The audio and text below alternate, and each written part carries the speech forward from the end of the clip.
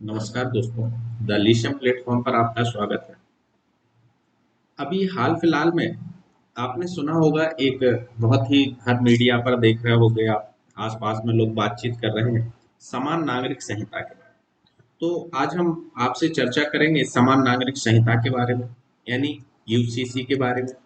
UCC को uniform uniform civil code कहा जाता है। अभी इसके एक एक शब्द को तोड़ के देखेंगे कि यूनिफॉर्म सिविल कोड का मतलब क्या है, यूनिफॉर्म सिविल कोड का अर्थ क्या है, यूनिफॉर्म सिविल कोड के पक्ष में तर्क क्या है, यूनिफॉर्म सिविल कोड के विपक्ष में तर्क क्या है और आगे की राय क्या है, और इसमें क्या क्या समस्याएं आ रही हैं। इन सारे चीजों को देखने का हम यहाँ पर प्रयास करें। सबसे पहले देखते हैं कि यूसीसी है क्या। यूसीसी को हम हिंदी में कहते हैं समान नागरिक संहिता। समान नागरिक संहिता। और इस समान नागरिक संहिता का जो प्रावधान है वो भारतीय संविधान के भाग 4, भारतीय संविधान के कितना, भाग 4 में जो डीपीएसपी दिए गए हैं, इस डीपीएसपी में एक आर्टिकल है जिस आर्टिकल का नाम है आर्टिकल 44। और इस आर्टिकल 44 में कहा है, क्योंकि जो डीपीएसपी होते हैं आपको याद रखना है, डीपीएसपी जो होते हैं ये परिवर्तनीय नहीं होते।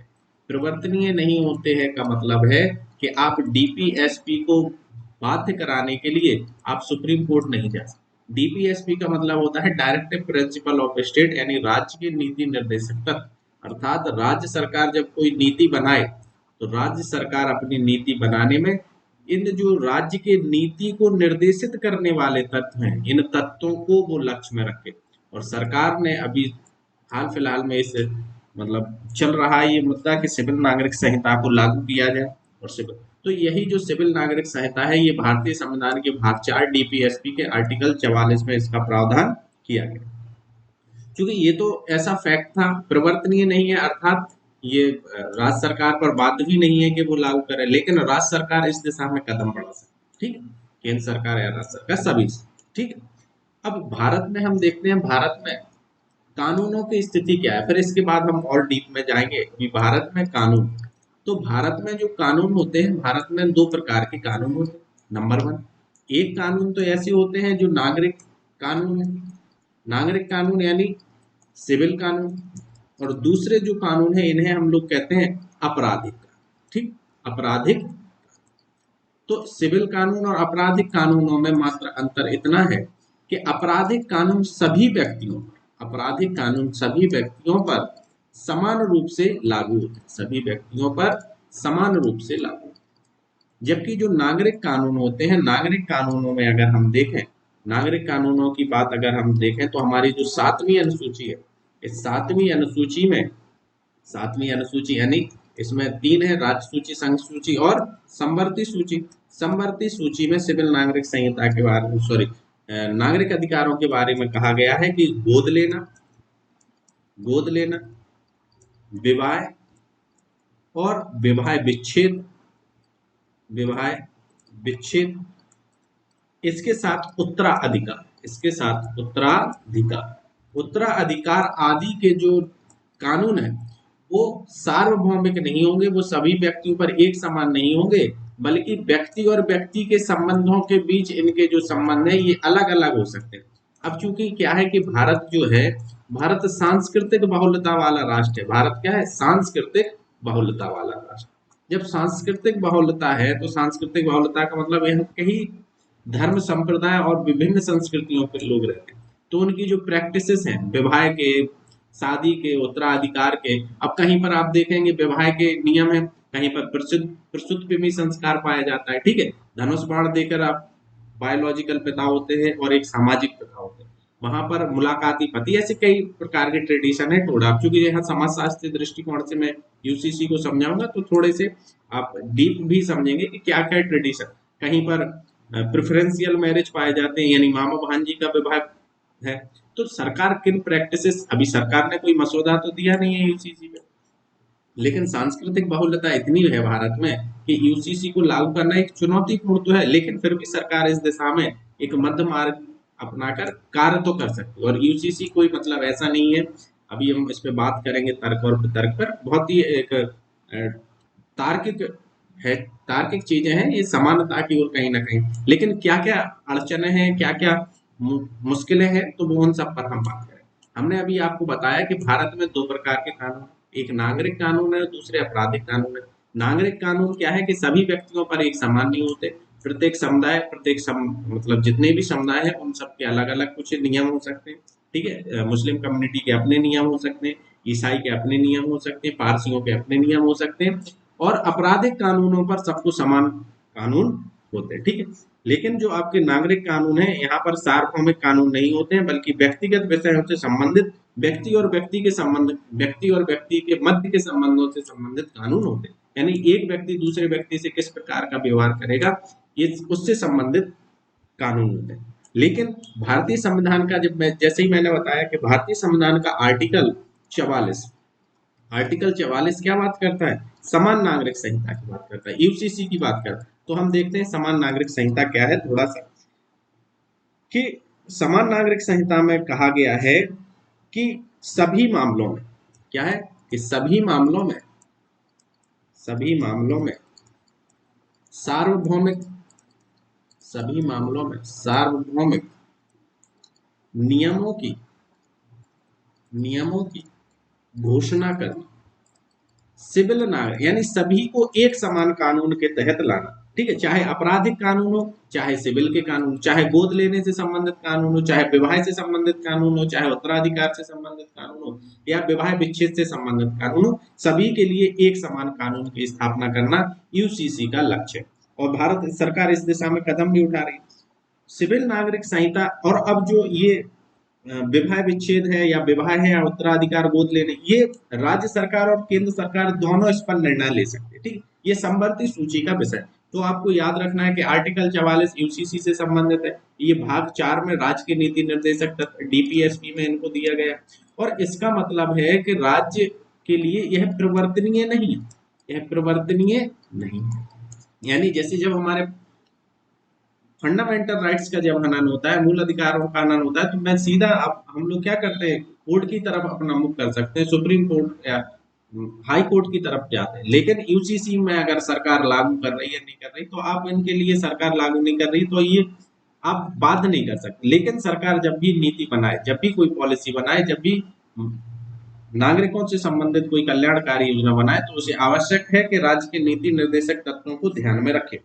तो राज्य के नीति निर्देशक तत्वों का मतलब यूसीसी का तात्पर्य है कि सभी मामलों में सार्वभौमिक नियमों की घोषणा करना। अब चूंकि हम देखते हैं वर्तमान में भारत में क्या स्थिति, ठीक है, वर्तमान में भारत में कुछ ऐसे हैं जहां पर पर्सनल लॉ है। ठीक है, इसको हेडिंग में हम डाल सकते हैं, वर्तमान में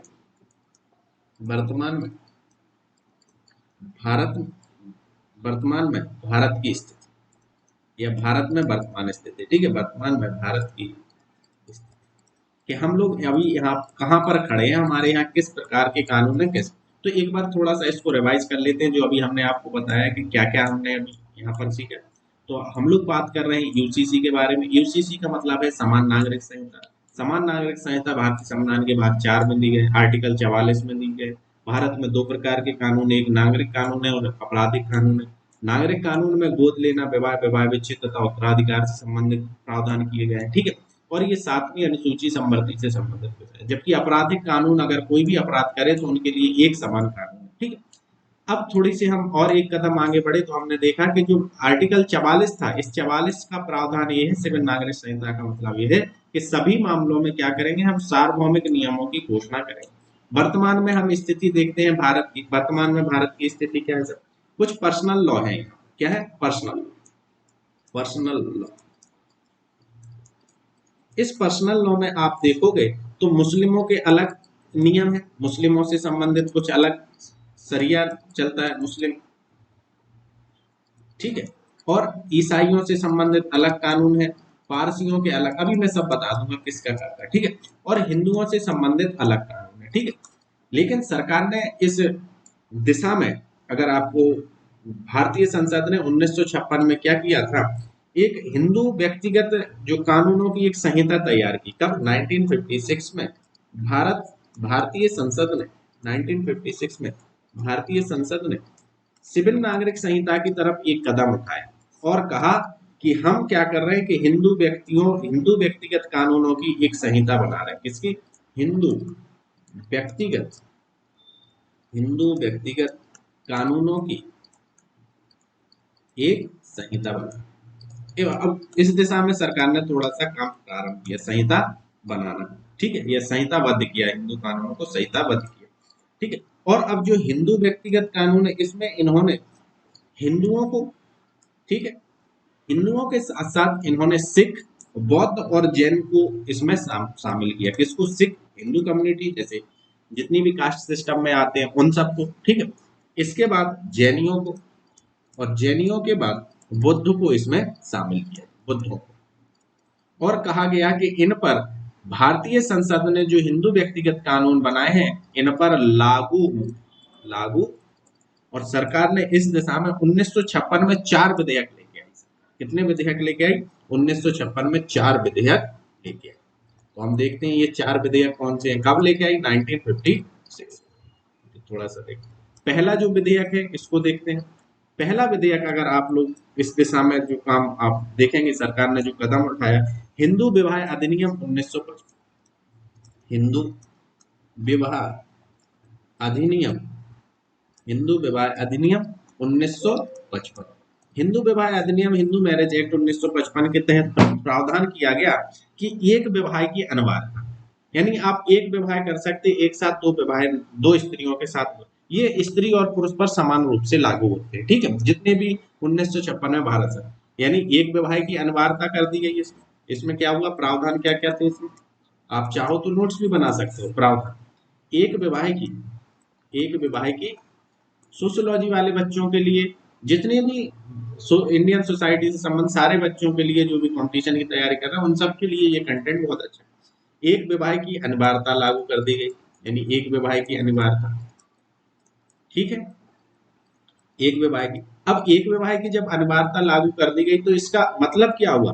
जो स्त्रियां थी, स्त्रियों की स्थिति में क्या हुआ? स्त्रियों की स्थिति में सुधार हुआ। स्वाभाविक सी बात है, पहले क्या होता था, 4-4 5-5 लोग शादी करते थे, लेकिन सरकार ने क्या किया? हिंदू विवाह अधिनियम के तहत, लेकिन वो विशेष किन किन लोगों पर? सिख, हिंदू, सिख, जैन, और हिंदू, सिख, जैन और बौद्धों पर लागू हो रहा है। लेकिन मुस्लिम, पारसी और ईसाइयों से संबंधित अभी भी अलग अलग कानून है उनके। ईसाइयों से संबंधित अलग कानून, पारसियों से संबंधित अलग कानून, मुस्लिमों से संबंधित अलग कानून, लेकिन ये इस 4 कम्युनिटी पर। लेकिन अब सरकार क्या चाह रही है कि सभी पर, चाहे वो मुस्लिम, ईसाई, कुछ भी हो, सभी पर एक समान नागरिक संहिता लागू।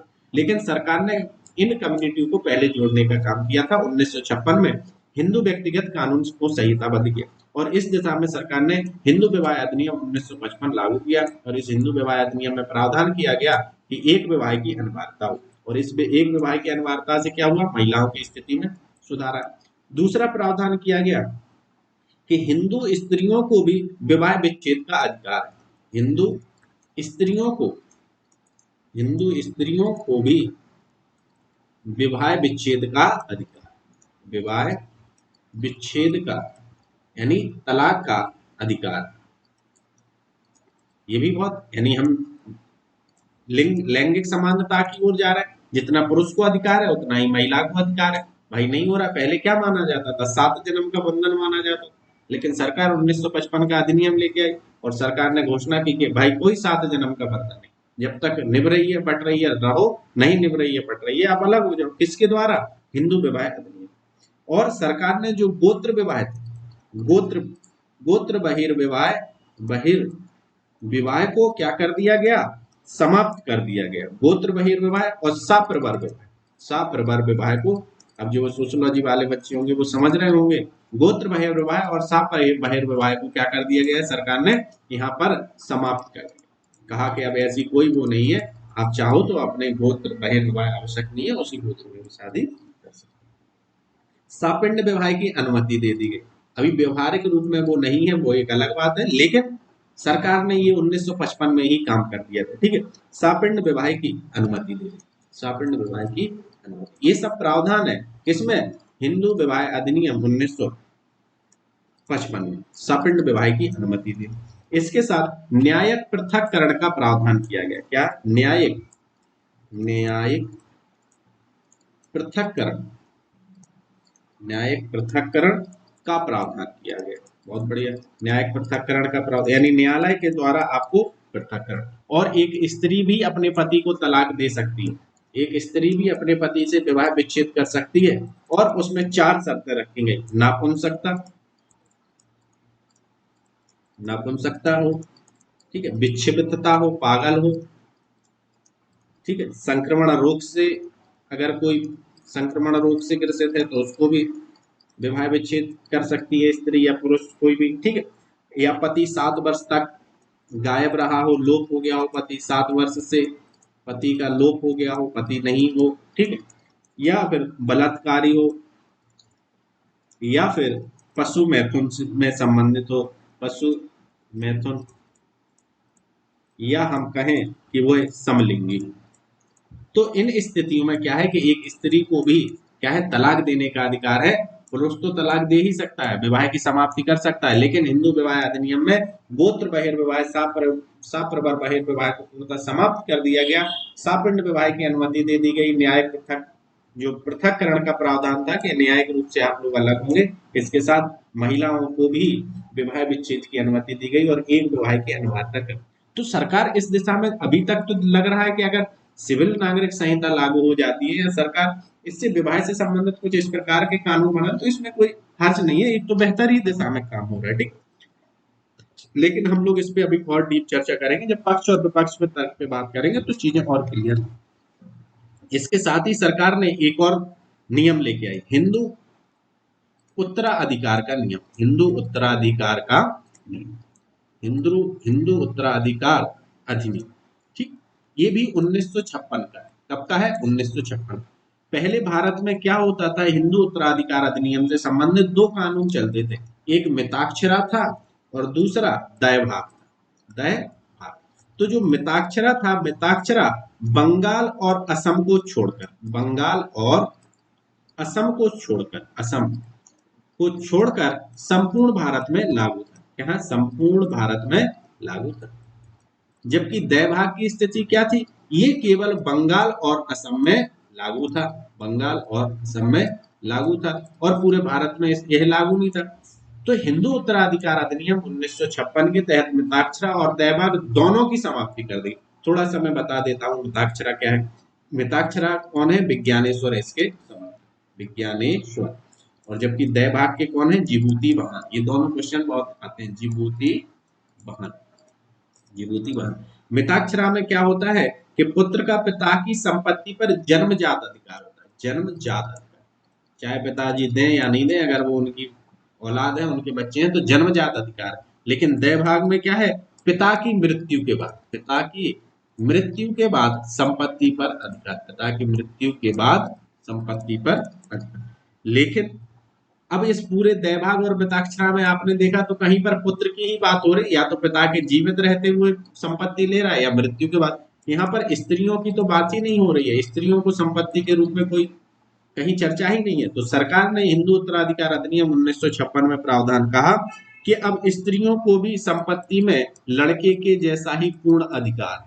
कैसा है? पूर्ण अधिकार। अब औरतें या स्त्रियां भी अब संपत्ति की हकदारी हैं, जितना एक पुत्र हकदार है अपने पिता की संपत्ति पर, उतना ही एक महिला भी हकदार, ठीक। तो यहाँ पर बात चली और कहा कि महिलाएं जो हैं वो 3 प्रकार से संपत्ति को प्राप्त कर सकती हैं। माता के रूप में संपत्ति की हकदार है, माता के रूप में, बहन के रूप में, सॉरी पुत्री के रूप में, पुत्री के रूप में, और पत्नी के रूप में। वो 3 तरीके से क्या है, संपत्ति का अधिकार प्राप्त कर सकते। तो ये संपत्ति से संबंधित सरकार ने कानून लिया, और जितने भी ये परंपरागत मिताक्षरा दैवभाग थे, सरकार ने इनको हटा दिया और कहा कि अब हम सिविल नागरिक संहिता की तरफ सरकार ने ये अपने कदम बढ़ाना प्रारंभ कर दिए थे। इसके बाद जो सरकार तीसरा कानून लेके आए, यह कानून था हिंदू हिंदू नाबालिग हिंदू नाबालिग संरक्षण अधिनियम। अभी मैं एक बार सारा रिवाइज करवा दूंगा। अधिनियम ये भी कब का है? 1956।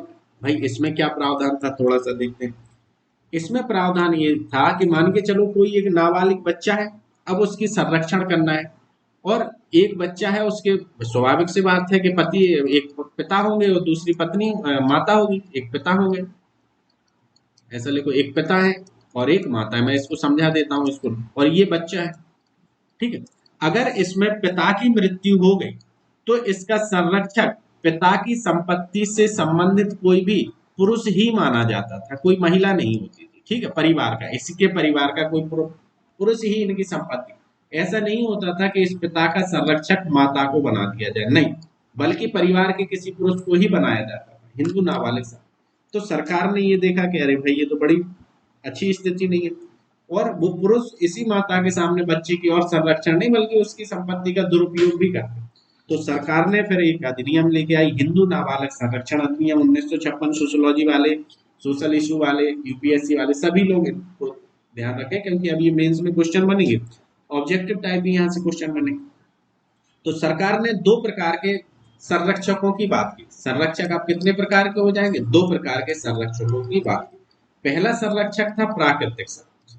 प्राकृतिक संरक्षक यदि पिता नहीं है तो माता होगी, माता नहीं है तो पिता होगी, ठीक है। तो इनमें से कोई एक या संरक्षक होगा, या फिर न्यायालय नियुक्त करेगा, या फिर न्यायालय न्यायालय नियुक्त करेगा कि संरक्षक कैसा होगा।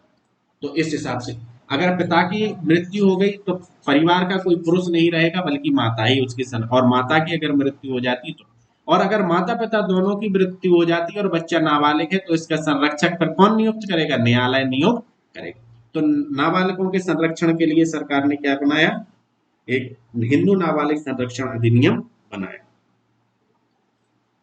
और कहा गया कि यदि मान के चलो एक तीसरा भी कारण हो सकता है, पति पत्नी दोनों में लड़ाई हो गई और बच्चा है, और यदि फिर मान के चलो कि कोई दंपत्ति है, पति पत्नी है, इनके एक बच्चा है, लेकिन दोनों में किसी कारण को लेकर दोनों एक दूसरे से अलग हो गए, तो इसका संरक्षक कौन होगा? यदि बच्चा 5 वर्ष से छोटा है तो इसका संरक्षक माता को माना जाएगा, और यदि बच्चा 5 वर्ष से अधिक है, ठीक है, तो उसका संरक्षक कौन हो जाएगा?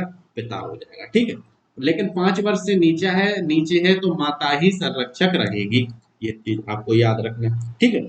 और अगर पिता और माता दोनों की मृत्यु हो जाती है तो न्यायालय इसका संरक्षक कौन होगा वो तय करेगा। अब एक लास्ट अधिनियम, और क्योंकि सरकार ने क्या किया, 4 अधिनियम लेके आए, और 4 अधिनियम में सरकार ने, जैसे हम अभी आपको पढ़ाए हैं, 4 अधिनियम में सबसे पहले हमने पढ़ा है हिंदू विवाह अधिनियम, फिर हमने पढ़ा है हिंदू उत्तराधिकार अधिनियम, इसके बाद हमने आपको बताया हिंदू नाबालिग संरक्षण अधिनियम। अभी एक लास्ट बता, क्योंकि जो समान नागरिक संहिता की बात होती है तो समान नागरिक संहिता में 4 ही तो चीजें हैं। विवाह, सरकार विवाह से संबंधित कानून बनाएगी, विवाह विच्छेद से संबंधित कानून बनाएगी, और गोद लेने से संबंधित कानून बनाएगी, या उत्तराधिकार से संबंधित कानून बनाएगी, ठीक है।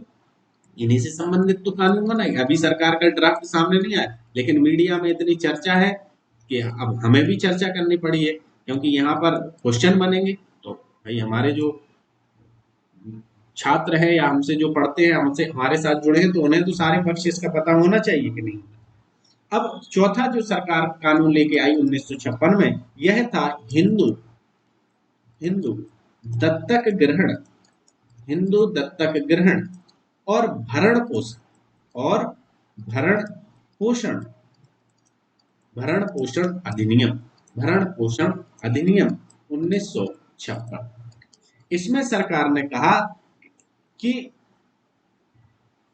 यह थोड़ा सा समझ लीजिए कि यह हिंदू लॉ कोड की चौथी और अंतिम कड़ी कदम के रूप में सरकार ने हिंदू दत्तक ग्रहण और भरण पोषण अधिनियम 1956। अब पहले क्या था कि जो दत्तक ग्रहण या भरण पोषण अधिनियम था, अब इसमें दत्तक ग्रहण यानी हम किसी को गोद ले रहे हैं, या भरण पोषण से संबंधित कोई अगर कोई विशेष परिस्थिति हो गई तो फिर पुरुष किस रूप से अपनी संपत्ति से महिला को पैसा देगा, या महिला, अब इसमें प्रावधान हो गया था अगर महिला खूब पैसे वाली है तो एक पुरुष भी उससे भरण पोषण से संबंधित उसका भी उतना ही अधिकार है जितना ही, ठीक। अब इसमें क्या हुआ कि महिला और पुरुष दोनों को गोद लेने का अधिकार प्राप्त हो गया। इस अधिनियम के तहत महिला और पुरुष दोनों को गोद लेने का अधिकार प्राप्त हो गया, गोद लेने का अधिकार प्राप्त हो गया, ठीक है। और इसमें कहा गया कि यदि लड़के को आप गोद लेना चाहते हो, यदि आप लड़के को गोद लेना चाहते हो, कोई भी हो, चाहे स्त्री हो या पुरुष हो, यदि आप लड़के को गोद लेना चाहते हो तो आपके घर में ना तो पौत्र हो और ना ही प्रपौत्र हो। अगर आपके घर में पौत्र और प्रपौत्र है तो आप लड़के को गोद नहीं ले सकते, और यदि लड़की को गोद लेना चाहते हो और यदि लड़की को गोद लेना चाहते हो तो आपके घर में ना तो पुत्री होना चाहिए और ना ही प्रपौत्री होना चाहिए, और ना ही प्रपौत्री होना चाहिए। ठीक है, तभी आप ले सकते हैं। और दूसरी बात इसमें सबसे महत्वपूर्ण बात ये थी कि यदि आप अपने से विपरीत लिंगी को, यदि मान के चलो कि मैं जेंट्स हूं और मैं किसी कन्या को अगर गोद लेना चाहता हूं और मैं अगर अविवाहित हूं तो मेरी उम्र के बीच और उस कन्या की उम्र के बीच, बालक की उम्र के बीच 21 वर्ष से अधिक का अंतर होना चाहिए। मिनिमम 21 नहीं तो इससे अधिक का अंतर होना चाहिए।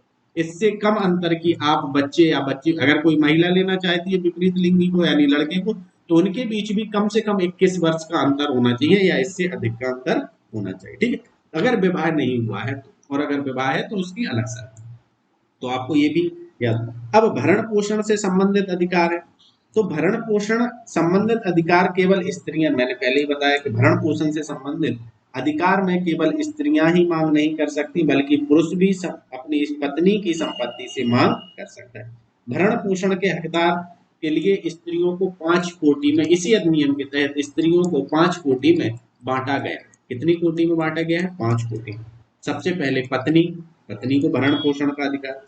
विधवा, पुत्र, वधु, विधवा पुत्र वधु भी भरण पोषण का अधिकार मांग सकती है। नाबालिग संतान, नाबालिग संतान बेचारी कैसे हाईकोर्ट जाए, लेकिन नाबालिग, ठीक है, संतान। और इसके बाद वृद्ध माता पिता, वृद्ध माता पिता। और जो 5वीं कोटि थी इसको है अन्य आश्रित व्यक्ति, अन्य, अन्य आश्रित व्यक्ति, तो अन्य आश्रित व्यक्ति। तो ये जो 4 कानून सरकार ने इस दिशा में उठाए, मैं इनको एक बार फिर से बता रहा हूं। ऐसे तो सरकार ने सिविल नागरिक संहिता की दिशा में बहुत से कानून उठाए और कानून बनते हैं, लेकिन जब उनकी सामाजिक स्वीकृति या सामाजिक रूप से स्वीकार नहीं होते तो फिर वो बड़ी समस्या हो जाती है। ठीक है, हम देखो 1961 में दहेज से संबंधित दहेज निषेध अधिनियम लेके आए 1961, समझ रहे हो? 1961 कब आया? 1961। और आज 2023 में दहेज कम हुआ है या बढ़ा हुआ है? दहेज बढ़ गया है। जितने भी लोग पढ़े लिखे लोग हैं वो ज्यादा दहेज ले रहे हैं, तो दहेज की मांग को उल्टा बढ़ा हुआ है। तो जब सरकार कोई भी कानून, सरकार की मंशा अच्छी होती है, लेकिन जब समाज उसको स्वीकार कर लेता है और वो व्यवहारिक रूप में अगर मान हो जाते हैं तो उनको सफल माना जाता है। सरकार ने इस दिशा में भी बहुत कार्य किए। और हिंदू जो बिल थे या हिंदुओं के जो संहिताकरण का काम किया था, कोडिफिकेशन का काम जो हुआ 1955 में, सरकार 4 अधिनियम लेके आई। विवाह से संबंधित अधिनियम मैंने बता दिया इसमें क्या क्या था। उत्तराधिकार से संबंधित वो भी मैंने बता दिया। हिंदू नाबालिग संरक्षण से संबंधित अधिनियम लेके आई और हिंदू दत्तक ग्रहण और भरण पोषण से संबंधित अधिनियम सरकार इस दिशा में लेके। अब ये तो हिंदुओं से संबंधित सरकार ने 1955 में ही काम कर लिया, ठीक है, और इसमें सिख, बौद्ध और जैनों को भी शामिल कर लिया। अब बात यहाँ पर आती है मुस्लिमों की, ठीक है। तो मुस्लिम जो विवाह होते हैं, तो यहाँ पर जो मुस्लिम विवाह होते हैं, मुस्लिम विवाह,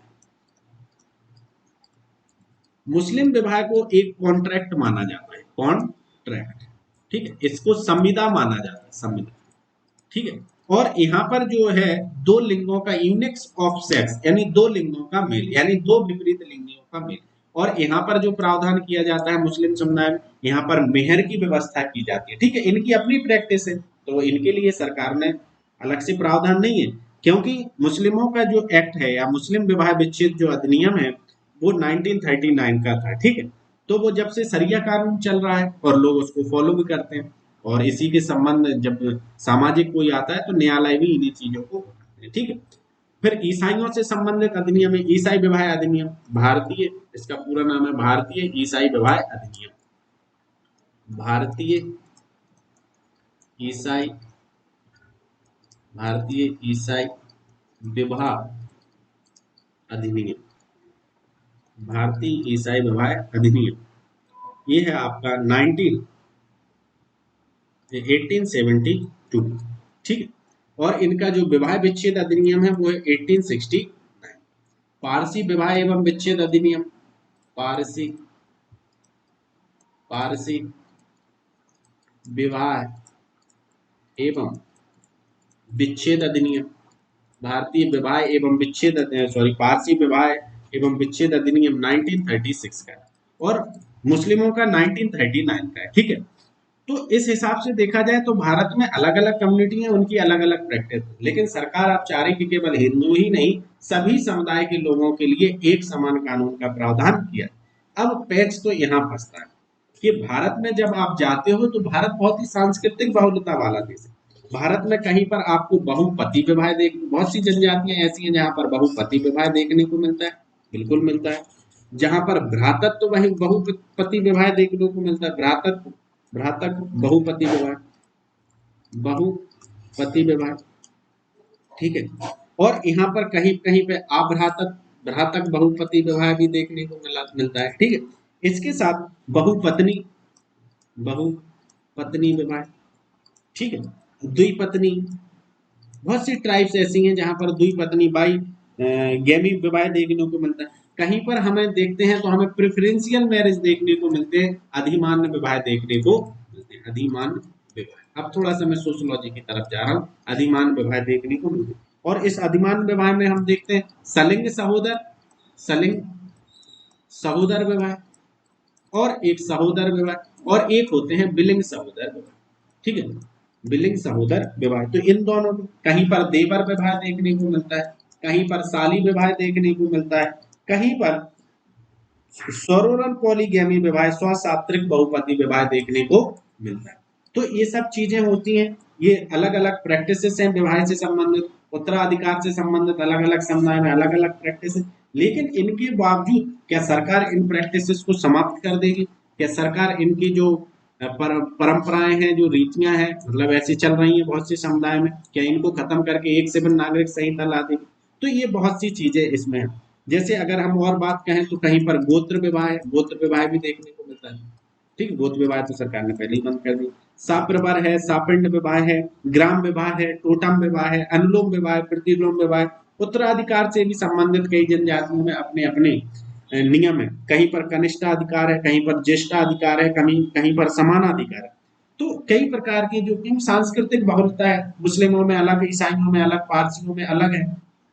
और ट्राइबल्स कम्युनिटी की अपनी प्रैक्टिसेस है, कहीं पर गोल गधेड़े विवाह, तो सरकार क्या चाह रही है कि एक से ही विवाह करवा दिया जाए। क्योंकि अभी सरकार का ड्राफ्ट नहीं आया, इसमें ज्यादा नहीं बोले, लेकिन हम आपको एक खाका बना के दे रहे हैं कि यहाँ पर क्या है कि सरकार जो हमारे भारत की जो सांस्कृतिक समरसता है, इसमें क्या है, ये विविधता पूर्ण लिए हुए है। और आपने एक चीज देखी होगी कि जो भी बगीचे में जितनी अधिक बायोडाइवर्सिटी होती है, उस बगीचे की उतनी ज्यादा प्रोडक्टिविटी होती है, उस बगीचे की उतनी ज्यादा उत्पादकता होती है, ठीक है। तो हाईएस्ट डाइवर्सिटी है, रेसेस की डाइवर्सिटी है, हम देखें तो रिलीजियस डाइवर्सिटी है, कल्चरल डाइवर्सिटी है। तो ये अच्छी बात है। अगर आप इसको यूनिफॉर्म में कर दोगे, एक नागरिक एक रूप से कर दोगे, तो ये विविधता के सामने थोड़ा सा एक प्रश्न चिन्ह खड़ा होता है कि इनका क्या होगा।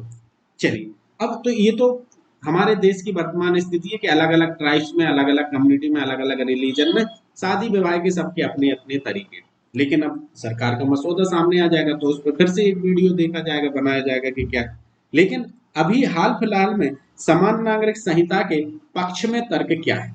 पक्ष में तर्क, इसके पक्ष में जो तर्क दिए जाते हैं उसमें कहा जाता है कि यह समान नागरिक संहिता महिलाओं की स्थिति को सुधारने में सहायक है। क्या है? महिलाओं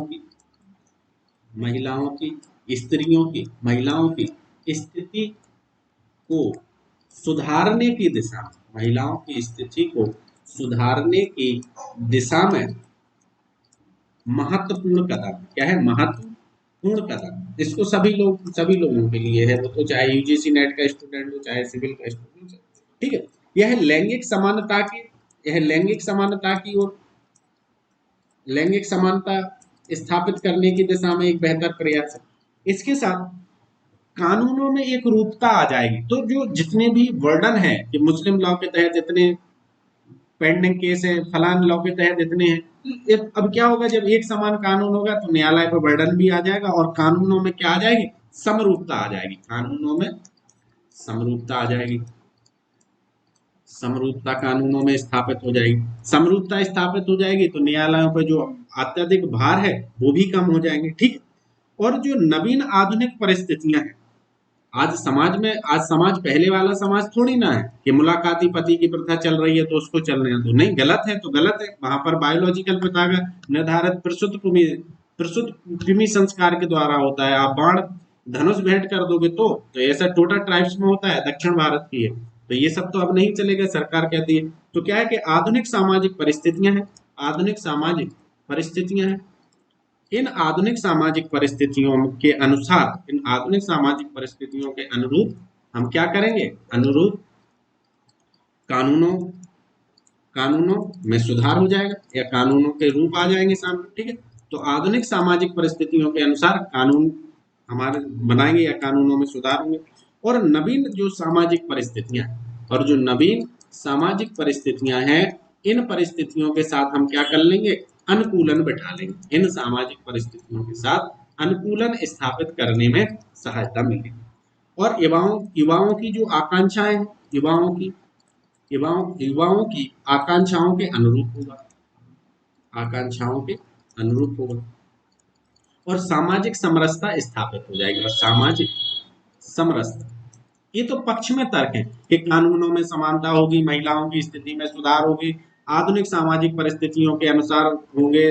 ठीक है। नवीन परिस्थितियों के अनुसार अनुकूलन हो जाएगा। युवाओं की आकांक्षा, क्योंकि पूरा इंफॉर्मेशन का सब जमाना है, कहाँ ट्रेडिशन की चीजें चल रही है, कहाँ डो रही हो। ठीक है। अब एक रूपता की बात हो रही है। तो ये तो पक्ष में जो तर्क दे रहे हैं उनकी बात है। अब जो विपक्ष में तर्क दे रहे हैं भाई, उनकी क्या बात है। वो कहते हैं यूसीसी के विपक्ष में तर्क, विपक्ष में तर्क, यूसीसी के विपक्ष में तर्क। तो विपक्ष में जो तर्क देने वाले हैं, ये कहते हैं कि भारत सांस्कृतिक बहुलता वाला देश है, भारत सांस्कृतिक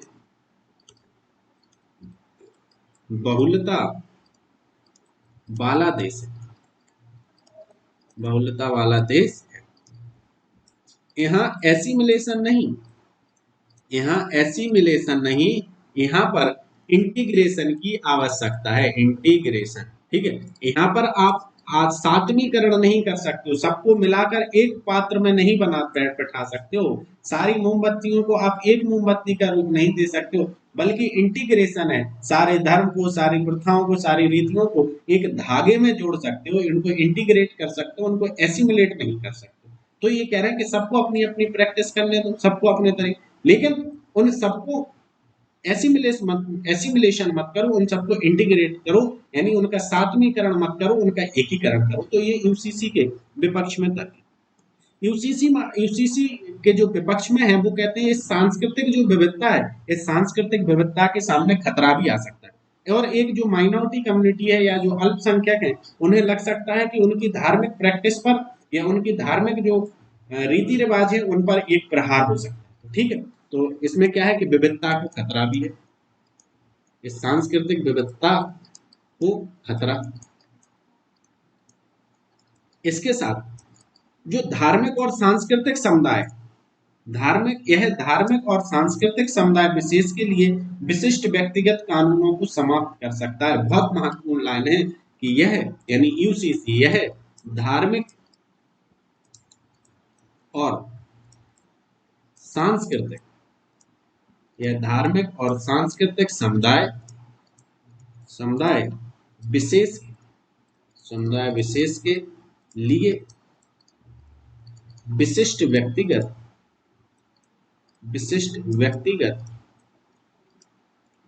व्यक्तिगत कानूनों को समाप्त कर सकता है, कानूनों को समाप्त कर सकता है। ठीक है।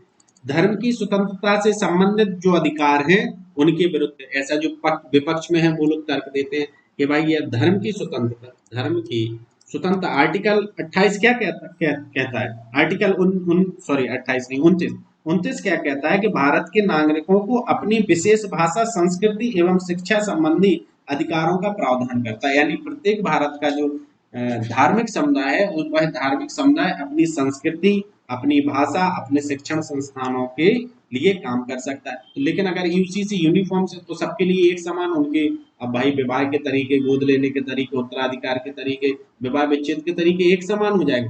तो इन लोगों का तर्क है कि धर्म की जो स्वतंत्रता है, धर्म की जो स्वतंत्रता है, इस स्वतंत्रता के अधिकारों के विरुद्ध है, या धर्म की स्वतंत्रता के अधिकारों के विरुद्ध है।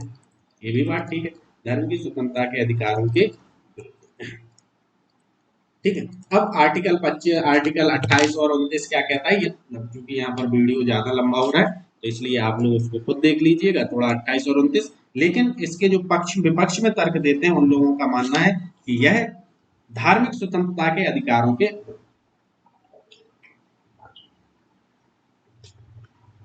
दूसरी बात, इसमें लोगों की सहमति का अभाव, लोगों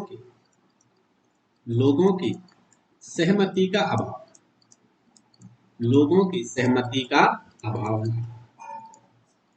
और यह व्यवहारिक समस्याएं बहुत ज्यादा इससे हो जाएंगी, व्यवहारिक समस्याएं बहुत ज्यादा उत्पन्न हो जाएंगी, व्यवहारिक समस्याएं, और व्यवहार में लागू करना थोड़ा मुश्किल है। व्यवहार में लागू करना, व्यवहार में लागू करना क्या है, मुश्किल है, व्यवहार में लागू करना मुश्किल। तो अभी हमने आपको यूसीसी के पक्ष में और यूजीसी के विपक्ष में हमने आपको दोनों प्रकार के तर्क बताए।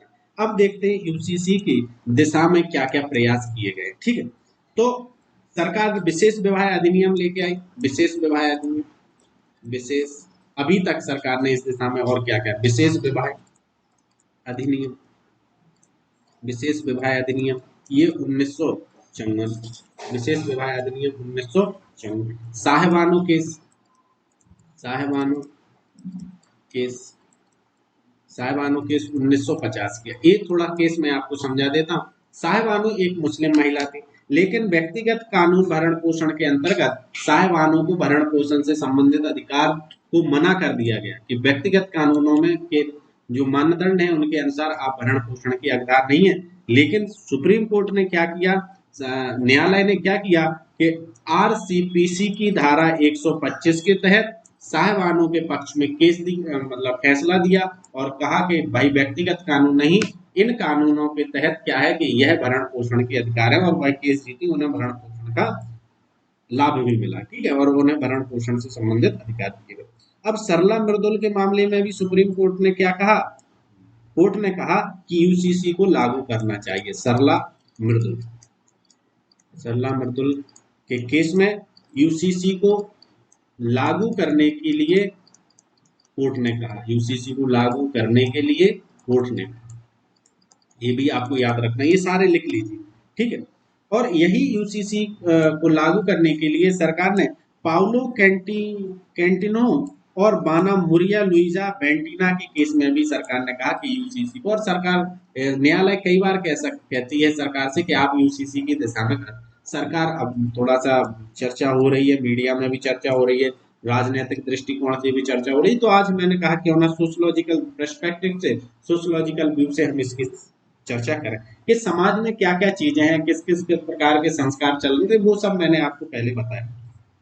इनके हिसाब से अगर हम यूसीसी को अब हम देखें निष्कर्ष के तौर पर, तो हम कह सकते हैं कि यूसीसी को इकायक लागू करने से अच्छा है। निष्कर्ष के तौर पर अगर हम देखें, पूरा मैं तो एक आपको निबंध ही बता दिया, एक प्रकार से एक बेहतरीन आंसर बता दिया मैंने कि कैसे क्या करना है, कैसे आपको किसी चीज को समझाना है, वो मैं सारी चीजें यहाँ पर बता चुका हूँ। ठीक है, अब इसमें क्या करते हैं हम कि आगे जो निष्कर्ष हम इसका निकाल रहे हैं, निष्कर्ष के तौर पर हम देखेंगे कि यूसीसी को हम एकाएक लागू ना कर दें, यूसीसी को हम स्टेप बाय स्टेप लागू करें।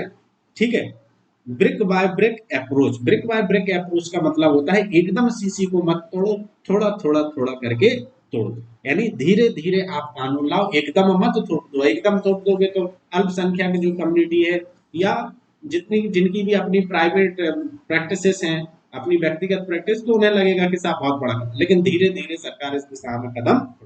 सामाजिक अनुकूलनशीलता का विचार, यानी पहले लोगों से विचार विमर्श करो, उनमें एक जागरूकता पैदा करो, और जागरूकता पैदा आ जाए कि यूसीसी कोई खतरा नहीं है, कोई प्रैक्टिस नहीं है, इसमें तो लैंगिक समानता की दिशा में कानून उठा रहे हैं, आधुनिक सामाजिक परिस्थितियों के साथ अनुकूलन बिठाने की बात की जा रही है, बल्कि जो हितों की बात की जा रही है, महिला हित की बात की जा रही है, संपत्ति में अधिकार की बात की जा रही है, गोद से संबंधित और अच्छे कानून बताए जा रहे हैं। जितनी भी जो प्रैक्टिसेस हैं, हलाला जैसे जो शब्द कई बार सुनने को मिलते हैं, सरकार ने ट्रिपल तलाक के संबंध में इस प्रकार का बहुत बढ़िया कदम उठाया।